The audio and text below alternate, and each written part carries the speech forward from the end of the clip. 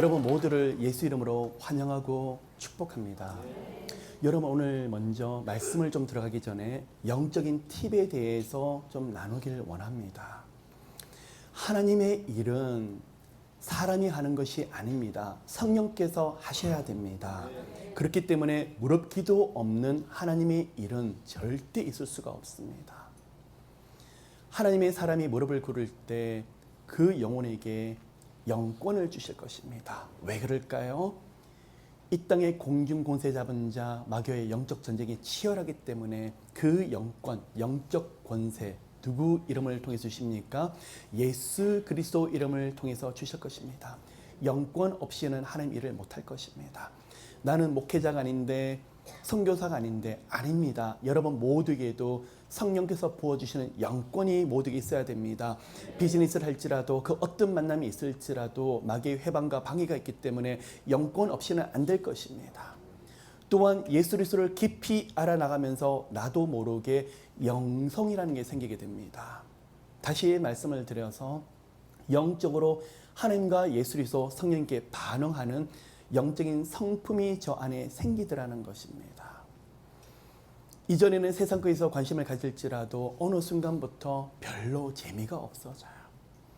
억지로 하는 것이 아니라 노력을 하는 것이 아니라 그런 부분에서 관심이 없어지고 어느 날 찬양이 흘러나오는데 나도 모르게 내 영이 반응을 하더라. 나도 모르게 하나님의 말씀을 듣는데 마음이 뜨거워지더라. 영성이 깊어지기 때문에 그렇습니다. 또한 예수 이름으로 깊이 나가다가 보면 나도 모르게 영권과 함께 영력이 생기게 됩니다. 영적인 파워입니다. 이전에는 눌립니다. 영적으로 눌립니다. 좌절과 낙심에 대해서 눌리다가 어느 순간에 계속 예수 이름으로 일어나고 또 넘어졌다가 다시 일어나면서 나도 모르게 영적인 머슬이 생기게 되는데 그러면서 영력이 생기게 돼요. 다시 말씀을 드리면 마귀에게 예전에는 쉽게 눌렸지만 이제는 눌린 것을 쉽게 풀어내고 또한 그 마귀를 묶을 수 있는 영적인 파워, 영적인 힘이 더 강해지더라는 것입니다. 또 그런 영혼에게는 성령께서 영감을 더 부어주세요. 여러분 모두가 육감이 있습니다. 우리가 육감이 없거나 그럴 때 저분은 좀 둔하다 아니면 눈치가 없다라고 표현할 때가 있습니다. 그런데 육감을 어떻게 우리가 만들어질 수 있을까요? 타고나기도 하면서 삶 속에서 나도 모르게 사람들을 대하면서 여러 가지 일들을 겪으면서 육감이 만들어지듯이 영적인 감각은 성령님과 깊은 교제를 나누면서 나도 모르게 영적인 감각, 영적인 센스가 점점 깊이 개발되더라는 것입니다. 어느 날 이것을 해야 될까 말아야 될까 예전 같으면 내 뜻대로 마음대로 결정을 했는데 기도를 합니다. 잘 모르겠어요. 찬양을 하고 또 찬양을 합니다. 그 기도 제목을 품고 기도를 하는데 이루 말할 수 없는 평안이 오는 거예요. 처음에는 답답했는데 어떤 영감이 생겼죠? 기쁨과 평안. 그 가운데 하나님이 함께 하시더라는 거예요. 처음에는 인간적인 눈으로 봤을 때는 이것을 할까? 너무 좋은 조건인데 그러다가 계속 기도를 합니다. 하나님 어떻게 생각하십니까? 제게도 하나님 뜻을 보여주시옵소서. 주님을 품고 계속적으로 기도를 하는데 처음에 내 생각과 달리 내 마음이 닫혀버리는 거예요.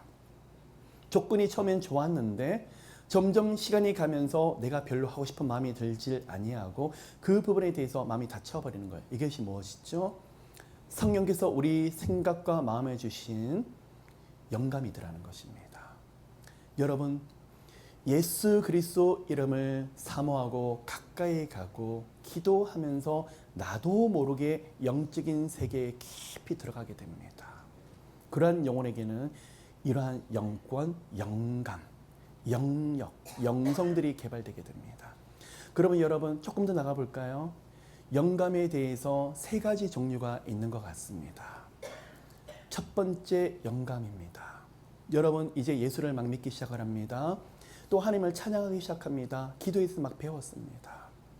자, 예배 가운데 어떤 마음이 주시죠? 기쁨, 평안, 즐거움. 그것이 바로 영감이에요. 첫 번째 1단계 주시는 것은 바로 감정의 영역입니다. 그래서 기도를 할 때 기쁘다 아니면 평안이 없다 아니면 이것을 해야 될까? 하나님께서 나한테 그런 마음을 안 주시네. 그게 바로 1단계에서 주시는데 무엇을 통해 주시는 것일까요? 감정을 통해서 주실 때가 참 많이 있으시더라는 것입니다. 두 번째 단계에서 주시는 영감이 있습니다. 1단계보다는 조금 더 고차원적인 것입니다.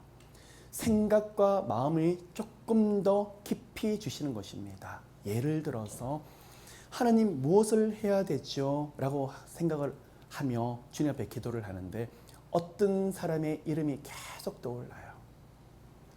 아니면 어떤 곳이 자꾸만 생각이 나요.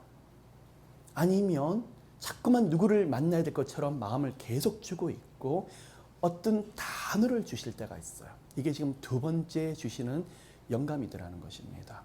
왜 이것을 주시지? 왜 이런 마음과 이런 단어를 주시고 키워드를 주실까? 여러분 아직은 움직이지 마시고 조금 더 깊이 기도하시길 바랍니다.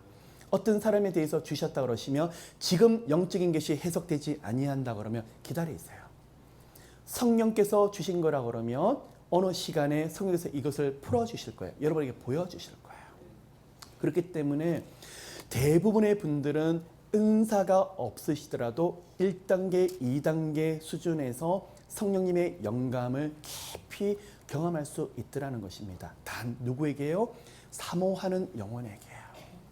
그래서 이런 부분은 영적인 것뿐만 아니라 일상생활에서도 하나님 어떻게 할까요? 그러면 우리가 신비주의 영역이 아니라 사람이 할 것은 최선을 다해서 하면서 하나님 앞에 계속적으로 물어보는 것. 그러면서 하나님이 우리에게 주시는 게 무엇이죠? 영감이더라는 것입니다. 마지막 세 번째 단계에 영감이 있습니다. 이것은 은사에 해당됩니다. 어떤 사람을 놓고 기도를 하는데 그 사람의 마음을 계속 읽어줘요. 심령기도의 은사 내지 투시의 은사라고 말을 합니다. 하나님께서 어떻게 내 마음을 아시지?